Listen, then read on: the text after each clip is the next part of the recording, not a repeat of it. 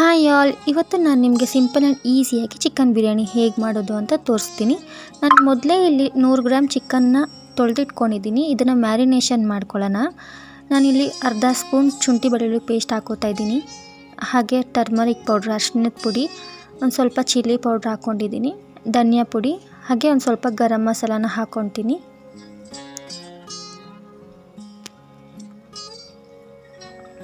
ಈಗ ರುಚಿಗೆ ತಕ್ಕಷ್ಟು ಸ್ವಲ್ಪ ಉಪ್ಪು ಹಾಕ್ಕೊಳ್ಳಿ. ಆಮೇಲೆ ಒಂದು ಟೇಬಲ್ ಸ್ಪೂನ್ ಎಣ್ಣೆ ಹಾಕ್ಕೊಂಡು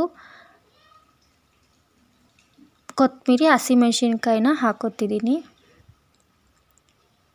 ಪುದೀನ, ಕೊತ್ತಂಬರಿ, ಹಸಿಮೆಣ್ಸಿನ್ಕಾಯಿನ ಹಾಕ್ಕೊಂಡು ಚೆನ್ನಾಗಿ ಮಿಕ್ಸ್ ಮಾಡ್ಕೊತೀನಿ.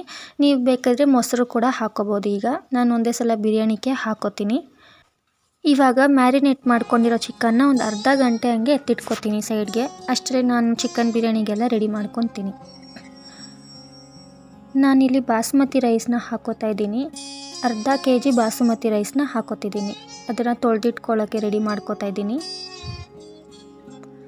ನೋಡಿ, ಆಲ್ರೆಡಿ ನಾನಿಲ್ಲಿ ಈರುಳ್ಳಿನ ಕಟ್ ಮಾಡ್ಕೊಂಡಿದ್ದೀನಿ. 5ರಿಂದ 6 ಈರುಳ್ಳಿನ ಕಟ್ ಮಾಡಿಕೊಂಡು 3 ಟೊಮೊಟೊನ ಕೂಡ ಕಟ್ ಮಾಡ್ಕೊಂಡಿದ್ದೀನಿ.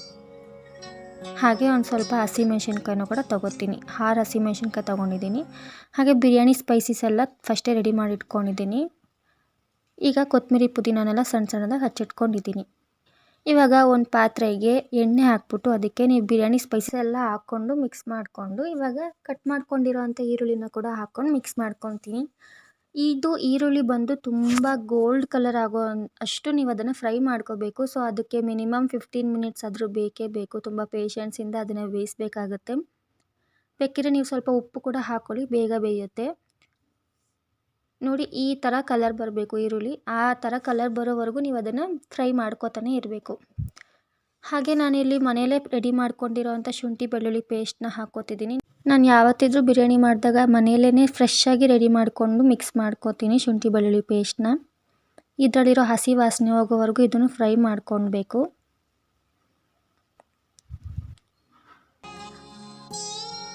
ಇವಾಗ ಸ್ವಲ್ಪ ಅರಿಶಿಣದ ಪುಡಿನ ಹಾಕ್ಕೊತಿದ್ದೀನಿ. ಇವಾಗ ಇದನ್ನು ಚೆನ್ನಾಗಿ ಫ್ರೈ ಮಾಡ್ಕೊಳ್ಳಿ.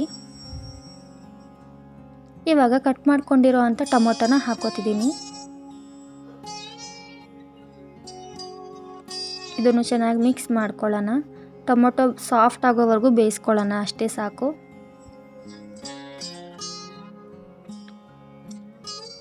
ಆಲ್ರೆಡಿ ಉಪ್ಪು ಕೂಡ ಹಾಕಿದ್ದೀವಿ, ಏನು ಉಪ್ಪು ಹಾಕೋಕ್ಕೆ ಹೋಗಬೇಡಿ. ಈಗ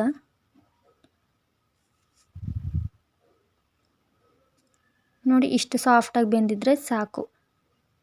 ಇವಾಗ ಚಿಕನ್ ಮ್ಯಾರಿನೇಟ್ ಮಾಡ್ಕೊಂಡಿರೋ ಚಿಕನ್ನ ಹಾಕ್ಕೊಳ್ಳೋಣ.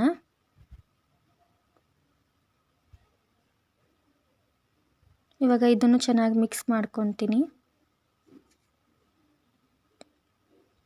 ಹಾಗೆ ಸ್ವಲ್ಪ ಕೊತ್ತಂಬರಿ, ಪುದೀನಾನ ಕೂಡ ಮೇಲೆ ಹಾಕ್ಕೊಂಡು ಮಿಕ್ಸ್ ಮಾಡ್ಕೊತೀನಿ. ಈಗ ಚಿಕನ್ ಬೇಯೋದಕ್ಕೆ ಅಂತ ಇಡೋಣ. ನೋಡಿ, ಚಿಕನ್ ಬೇಯ್ತಾ ಇರುತ್ತೆ, ತಳ ಹಿಡಿತಿರುತ್ತೆ, ಆಗಾಗ ಬಂದು ಮಿಕ್ಸ್ ಮಾಡ್ಕೋತಾ ಇರಿ.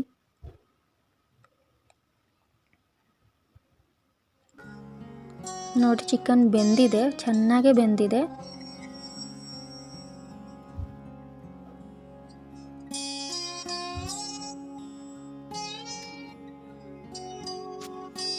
ಸಾಕು, ಇಷ್ಟು ಮಟ್ಟಿಗೆ ಬೆಂದರೆ ಸಾಕು ಚಿಕನ್ನು.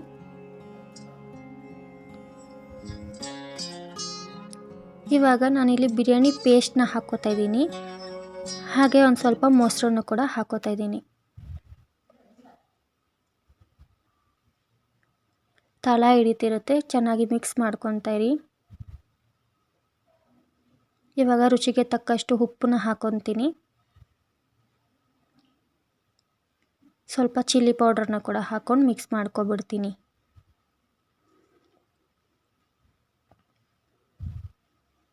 ಕಲರ್ ನೋಡಿದ್ರೇ ನನಗೆ ಬಾಯಲ್ಲಿ ನೀರು ಬರುತ್ತೆ. ಯಾವತ್ತೂ ಅಷ್ಟೇ, ನಾನು ಬಿರಿಯಾನಿ ಮಾಡಿದಾಗ ಈ ಥರನೇ ಇರುತ್ತೆ. ನನಗೆ ತುಂಬ ಇಷ್ಟ ಆಗುತ್ತೆ ಈ ಬಿರಿಯಾನಿ ಮಾಡಿದಾಗೆಲ್ಲ. ತುಂಬ ಇಷ್ಟಪಟ್ಟು ಮಾಡ್ತೀನಿ ನಾನು ಬಿರಿಯಾನಿನ ಯಾವಾಗೂ. ಇವಾಗ ಮತ್ತೆ ಸ್ವಲ್ಪ ಕೊತ್ತಂಬರಿ, ಪುದೀನಾನ ಕೂಡ ಮೇಲೆ ಹಾಕ್ಕೊಂಡಿದ್ದೀನಿ. 1-2 ನಿಮಿಷ ಹಂಗೆ ಬೇಯಿಸ್ಕೊಳ್ಳೋಣ. ಈಗ ಅಕ್ಕಿನ ರೆಡಿ ಮಾಡ್ಕೊಂಡಿದ್ವಲ್ಲ, ತೊಳೆದಿಟ್ಕೊಂಡಿರೋ ಅಕ್ಕಿನ ಎತ್ಕೊಬಂದು ಇವಾಗ ಇದಕ್ಕೆ ಹಾಕ್ತೀನಿ.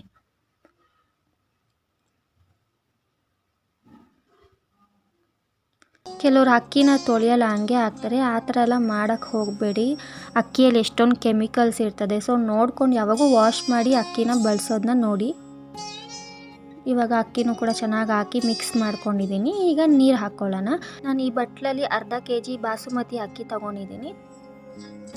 ಅದೇ ಬಟ್ಲಲ್ಲಿ 3/4 ಭಾಗ ಅಷ್ಟು ನೀರನ್ನ ಹಾಕೋತೀನಿ. ಬಾಸುಮತಿಗೆ ಜಾಸ್ತಿ ನೀರು ಹಾಕೋಕ್ಕೆ ಹೋಗಬೇಡಿ, ಅದು ದಮ್ಮಿಟ್ಟಾಗ್ಲೇ ಬೆಂದುಬಿಡುತ್ತೆ, ಇಲ್ಲಾಂದರೆ ಗಂಜಿ ಆಗಿಬಿಡುತ್ತೆ. ಇವಾಗ ಇದನ್ನು ಚೆನ್ನಾಗಿ ಮಿಕ್ಸ್ ಮಾಡ್ಕೊತೀನಿ. ಜಾಸ್ತಿನೂ ಮಿಕ್ಸ್ ಮಾಡೋಕ್ಕೆ ಹೋಗಬೇಡಿ, ಅಕ್ಕಿ ಬೇಗ ಕಟ್ಟಾಗ್ಬಿಡುತ್ತೆ. ಆಲ್ಮೋಸ್ಟ್ ಅಕ್ಕಿ ಇನ್ನೇನು ಬೆಂದಿದೆ ಅಂದಾಗ ನಾನು ದಮ್ಗೆ ಎತ್ತಿಟ್ಕೊತೀನಿ. ನೋಡಿ, ಆಲ್ಮೋಸ್ಟ್ ಬಿರಿಯಾನಿ ರೆಡಿ ಆಗಿದೆ. ತುಂಬ ಕಲರ್ಫುಲ್ಲಾಗಿ ತುಂಬ ಟೇಸ್ಟಿಯಾಗಿರುತ್ತೆ. ಒಂದ್ಸಲ ನೀವು ಟ್ರೈ ಮಾಡಿ ನೋಡಿ.